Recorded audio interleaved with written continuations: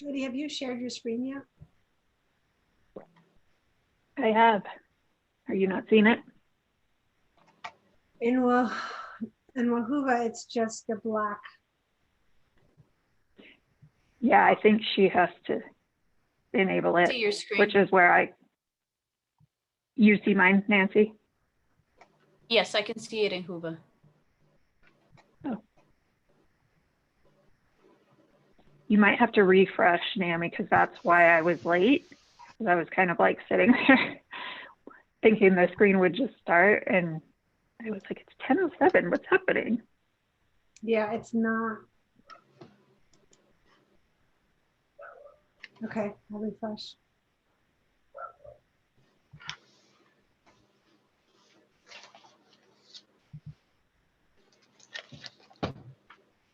It says that Nancy says that you're the host, and I don't see Jody's screen. Actually, it says viewing. It does say Jody's screen, but it's just maybe it. I can see that Jody's the co-host and you're a co-host. Okay.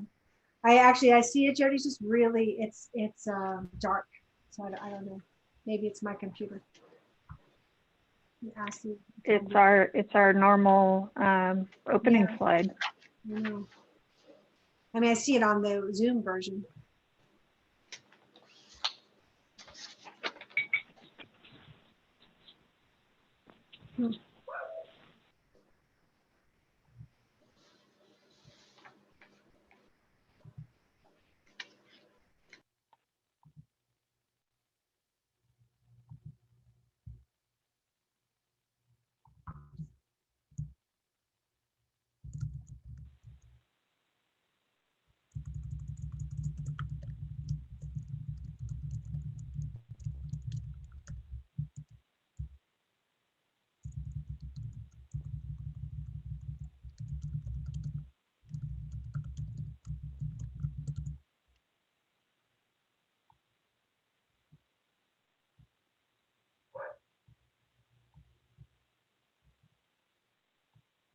Should we get going or? Yeah.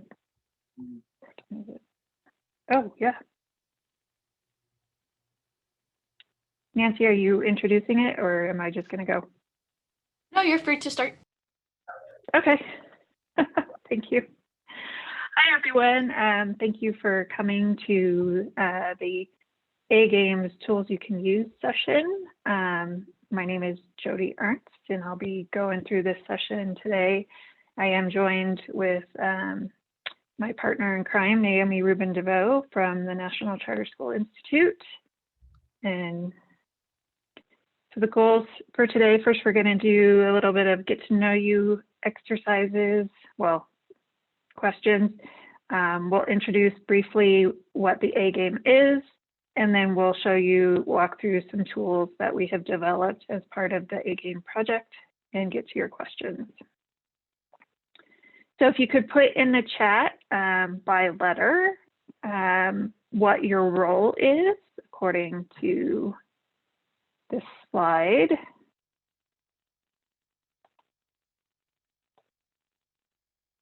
Oops, sorry. I was scrolling through people accidentally. Naomi, are you able to see their responses? Got a few coming. Who do we have? Got a couple teachers. Got service providers. And we have, teachers and service providers and school district staff. Awesome. So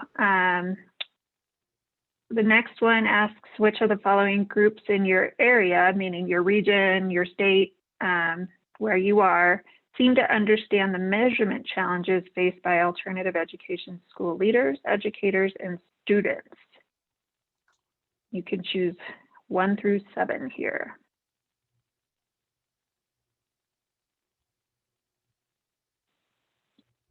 Joanne McClellan has raised her hand.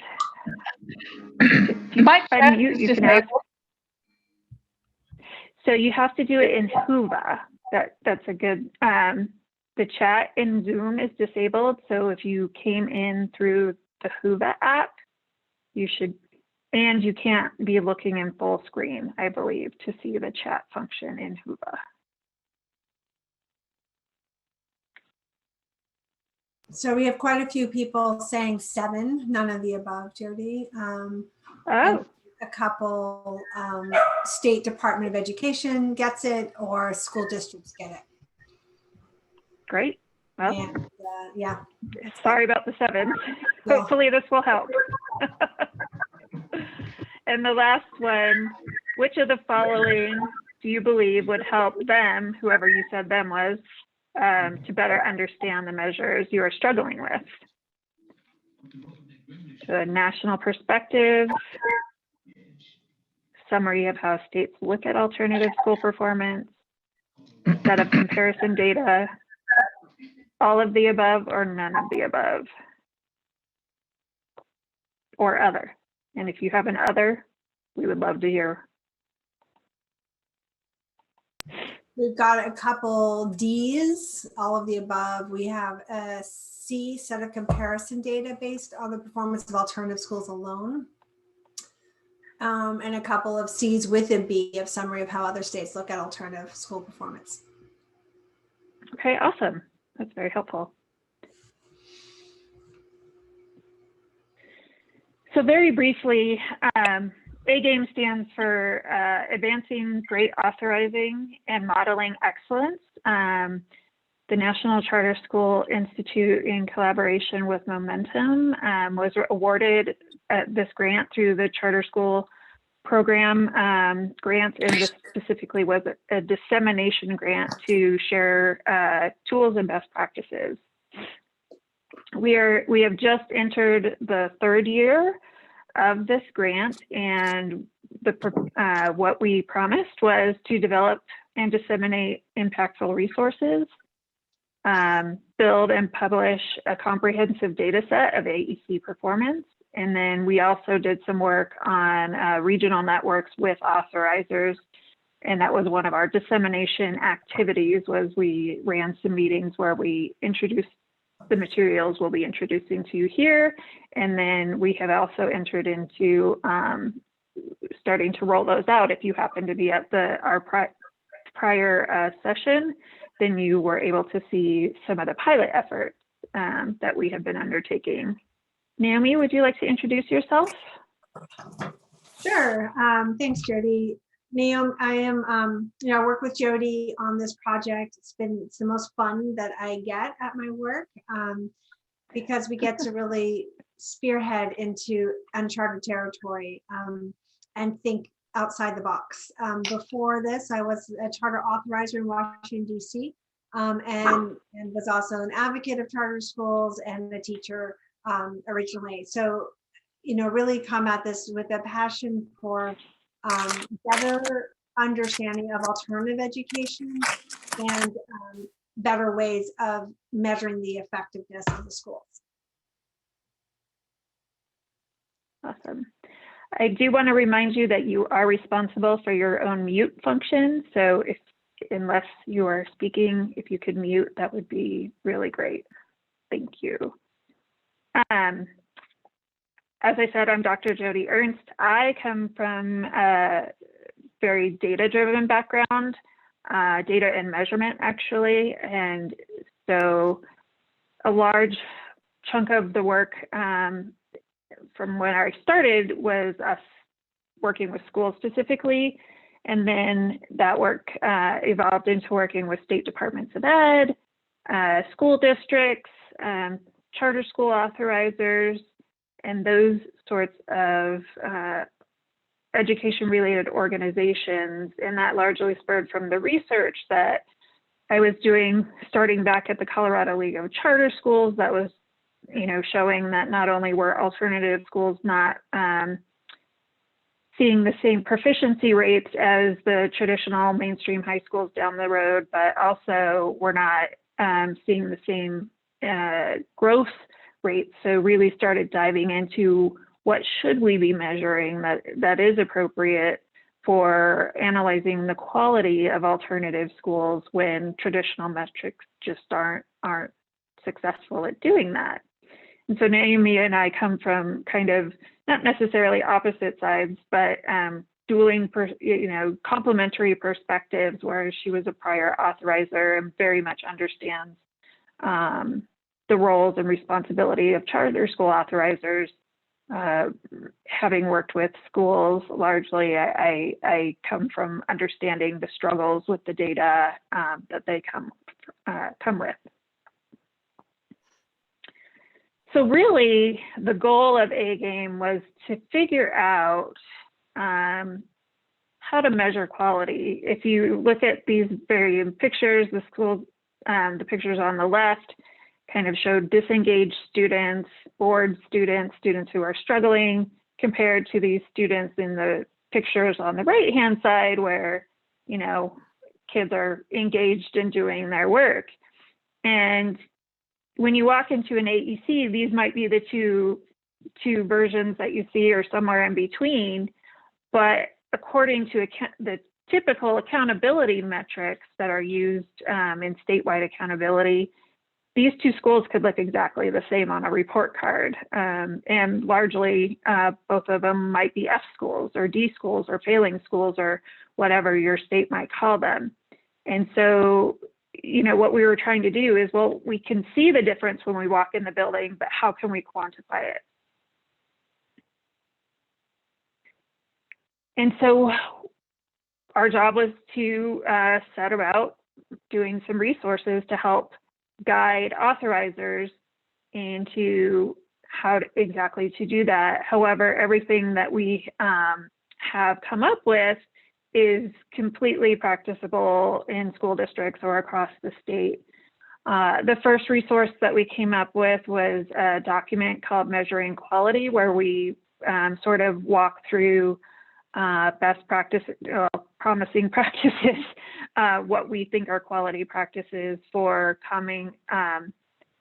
collaborating with schools to come up with measures and metrics that make sense based on the school's mission and vision, as well as a couple of documents for new applications and renewing applications, highlighting a few AEC specific items that reviewers might want to consider when looking at those applications. The recommendations in the Measuring Quality document are briefly these 6. We think it's important that there's a very clear definition of alternative schools. So if you're in a state that does not provide that, then authorizers, we recommended come up with one, and we provide examples of those common definitions across states. We think it's very important that when setting performance goals for schools, that the schools be involved in that process.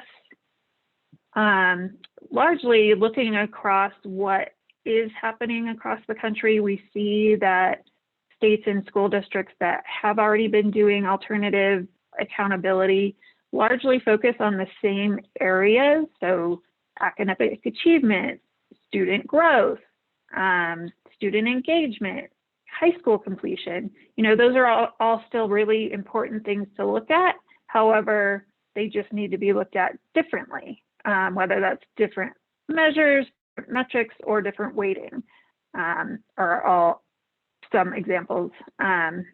Where possible, we really recommend the use of the best available data, and one of the tools we will be reviewing in depth really goes into that. And when in doubt, use site reviews. As we said, you can often see the difference even if the data isn't telling you there is one. So site reviews in the absence of data are quite good tools. And ultimately, authorizers and school districts need to know that the schools are doing what's right for kids, and you'll know when they're not. And so that's really down to using professional judgment when there is a lack of data or when the data is contradictory. Another resource that we released more recently called Minding the Gap looks at statewide policies for defining alternative education, statewide policies for how alternative campuses are held accountable, and then where that overlaps with charter law and authorizers' flexibility to differentiate within those systems that allow for innovation. We strongly feel that innovation in alternative schools can only exist, charter schools, any school really, when the accountability system can measure the impact of that innovation.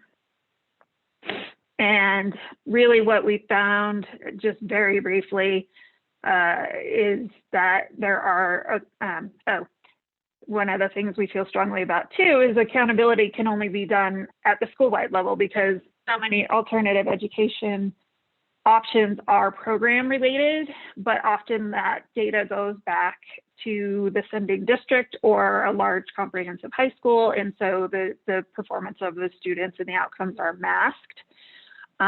So we thought it was important that alternative options be labeled or named as schools so that the outcomes can be looked at. And we found that in 35 states.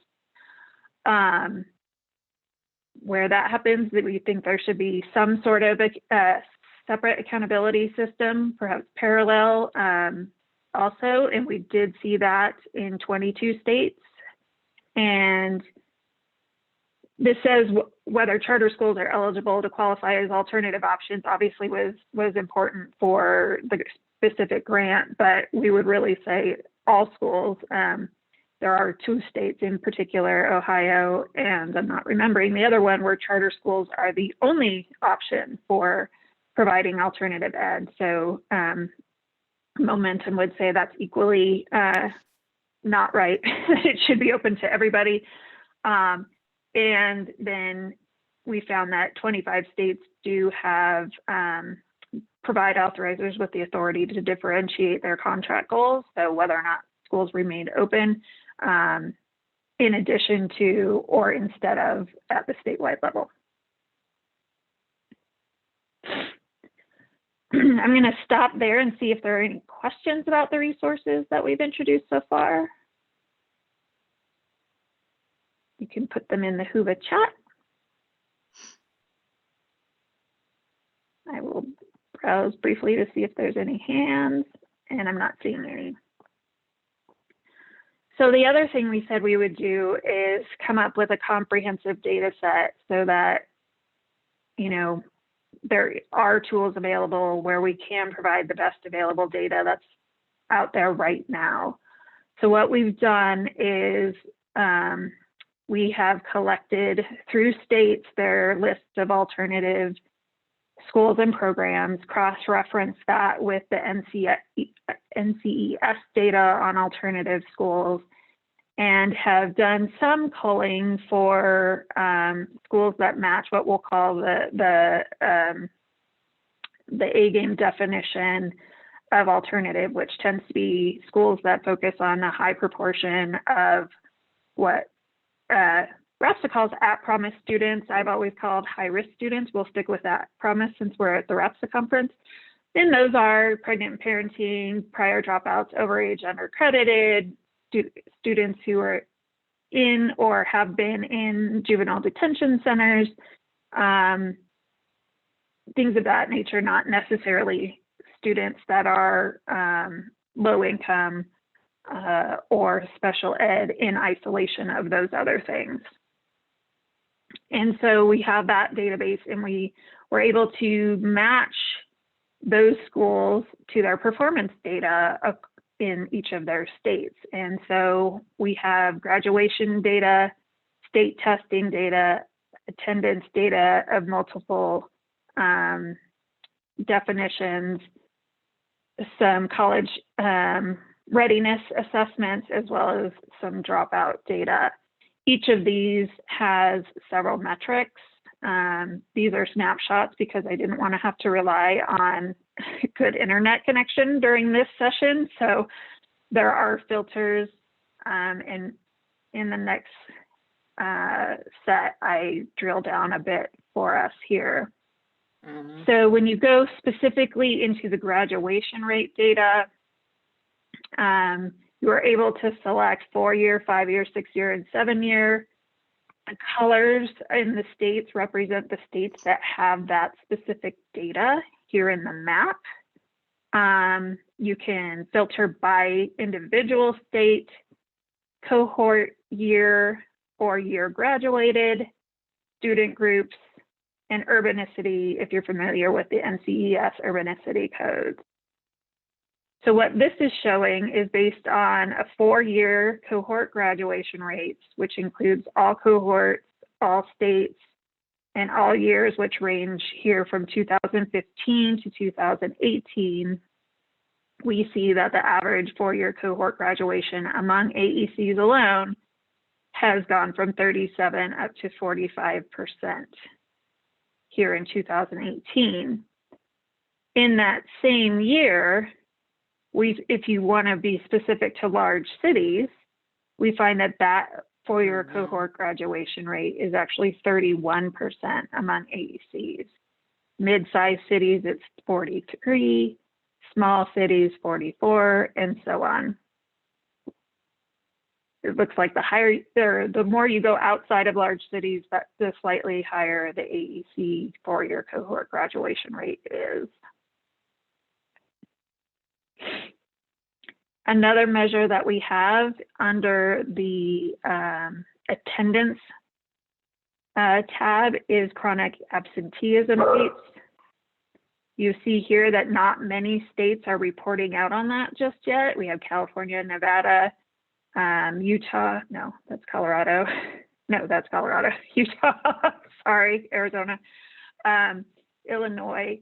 When you're in the maps, you can hover over the state and you'll get a pop-up that shows the average rate in that state for the AECs, and it'll show how many AECs that is based on. So that's a combination of how many AECs there are in the state, but then also limited by how many had published data for that particular time period. Here you see the average chronic absenteeism rate over time nationally. So that's with all these states. And then again, we have some urbanicity where you see that in large cities, chronic absenteeism is a bit higher than the national average of 49% at 53%.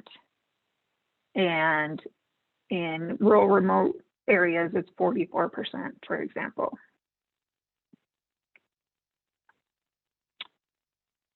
To show another view and another set of filters, this slide looks at the proficiency rates for Black students. So we have student subgroup, Black or African American, plus we filtered on large city in the math content area. As AECs are largely high school, we did a graphic that separates high school only from all grades. So here the proficiency rates are around an average of 30% in high schools. When you combine all AECs, it's a bit lower than that. Some of the drop downs, you can also look at these by state, and it looks like the highest proficiency rate among African American students in large cities occurs in Ohio at an average of 59%, with New York being 39% and Pennsylvania being 18%. So that includes only the large cities within those states for African American students. I wanted to leave a lot of time for you to ask us questions about this data, about our process. So please let us know what your thoughts are.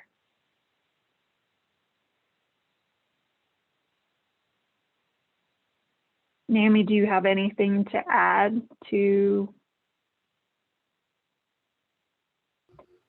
the data conversation? I think as an authorizer, one of the biggest missing pieces was really understanding, we had in DC a handful of AECs, all of which had different grades that they served, different programs, different target populations. And so even comparing them to one another, which is what we did, it wasn't sufficient in actually getting to their quality. And so I think, my interest in the data that Jody just shared and what the AGAME supported, her doing is providing, like, it was such a shock to me to see that the average graduation rate is 45% or 47% for 4-year. I thought it was more like 60.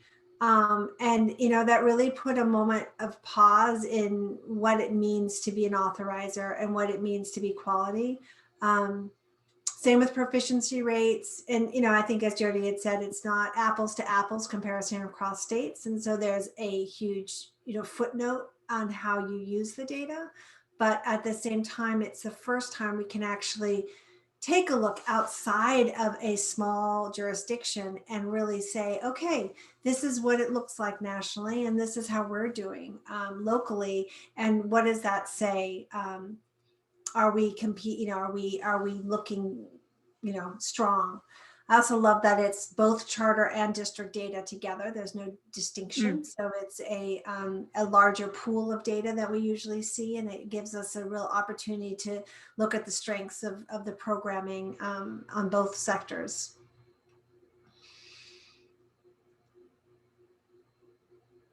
Yeah, that's really, how we were hoping that the data is utilized, is to, particularly for small authorizers, maybe small district authorizers who have 1 or 2 AECs, they don't have a lot of resources to dedicate to doing this type of research. And so, they might not understand why the alternative high school has a graduation rate that's 30% below the mainstream high school. And having this kind of data to look at, they can go into their area, their state, and say, oh, well, I guess our high school with a 50% graduation rate is doing slightly better than the national average. Or if their state's rate is above or below that, they can look at that in comparison. So that's really the hope behind this data, is to build some education around what typical performance looks like, particularly for districts or authorizers or states that aren't sure what that does look like, either within their own location or nationally. Since this grant was tailored to authorizing, the hope is that authorizers will really use this in the target setting process, because for those of you not all that familiar with charter landscape, charter schools have contracts that are often 3 or 5 years, some are 15 years, but then have annual or every other year check-ins, and they have contract goals often, which is what the state, the Minding the Gap report highlights, is whether or not authorizers can have different contract goals, or whether they have to use the state report card for renewal purposes. And so this really allows them to look at the goals either that are currently in process or that they're working on with their schools, to say, okay, what's a rigorous goal around a 4-year cohort graduation rate that makes sense? And so this should allow them to do that. For the school folks in the room, are these affirming? Are they surprising? What are reactions to the data you're seeing? And since we have time, I could go to the website if that was of interest to folks and kind of poke around.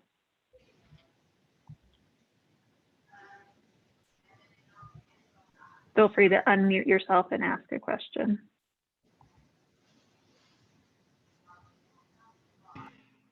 I really appreciate the work that went into compiling this, because that has always been one of the big challenges, is any sort of benchmark data and ability to compare and have something to present to authorizers. I guess in terms of a question, where do you guys see this project in its future steps or iterations? I forgot to tell you, they didn't take. Did you go to Costco? What else did you get? Nope, didn't go to Costco. Thanks for the question, Tim. So the pilot efforts we're doing right now were a happy surprise. Largely due to COVID, we had a lot of travel funds that we did not spend, and so we were talking with the authorizers that participated in the training process that we did last year as to whether they wanted some help actually trying to implement this. And I think you may have been in that session as well. And so that's kind of where we see this going, is using these data and these tools, and then the process that was developed to work with authorizers and their schools, rolling this out to additional authorizers, but also,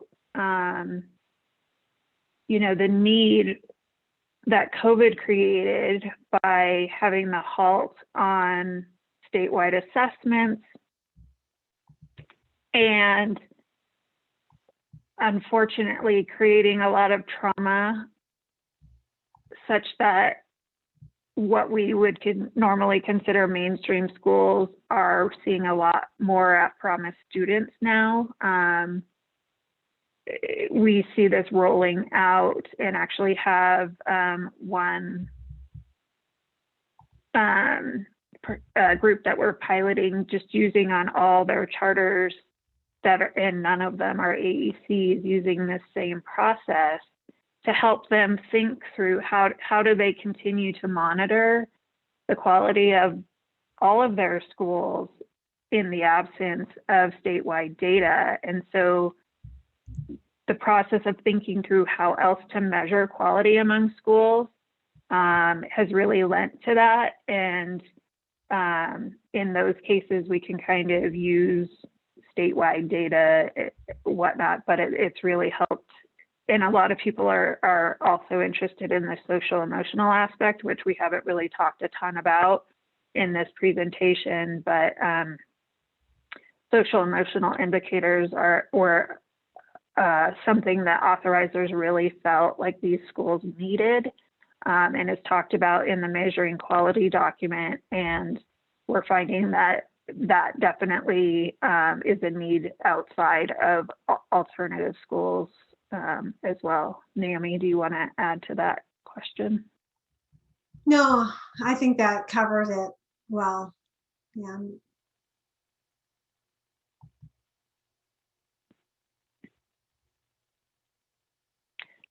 One thing we're doing also is we had started working with individual schools of the authorizers that participated, and talking to them about their own individual goals, and they were sharing student level data with us on that, so that we could begin looking at some of the non-traditional goals, things like credit attainment rates, increases in credit attainment over the prior school, attendance data, attendance improvement data, social emotional survey results, and things of that nature. And that we will continue to do. We did put a hold on that with COVID because people were having to scramble and trying to figure out, hybrid, blended online education delivery. So we backed off and haven't been bothering them to continue to collect that data. But we are starting that process back up. So that's an additional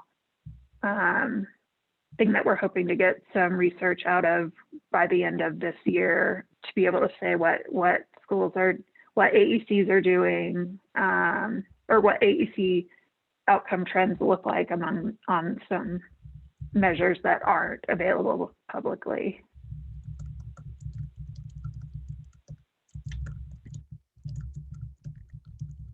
Other questions, comments?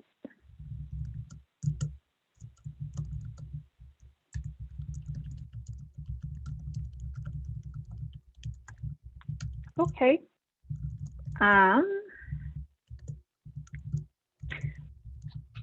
We would love for you to visit the website and find these tools. They are all available at the nationalcharterschools.org/AGAME, or / I guess that is, AGAME grant. You will find all these tools. When we're through the pilots, we'll be providing the frameworks that those schools come up, or the schools and their authorizers come up with. So there'll be a lot more on specific measures and goals that are being implemented in currently 10 pilots, but we're starting 2 or 3 more in the spring. So there'll be lots of new information on the website starting in the spring about actual measures and metrics that are being implemented. And then, like I said, we're hopeful that by the end of the grant that we'll have some additional research on typical performance and data on some of the less traditional academic sort of accountability metrics.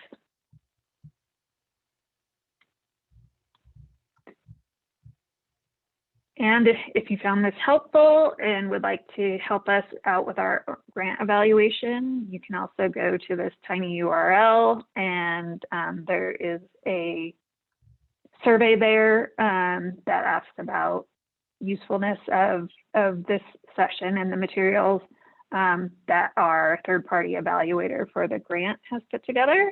So if you want to participate in that, that would be greatly appreciated. And otherwise, if there are no questions, then you get 15, 20 minutes back of your day before the next session.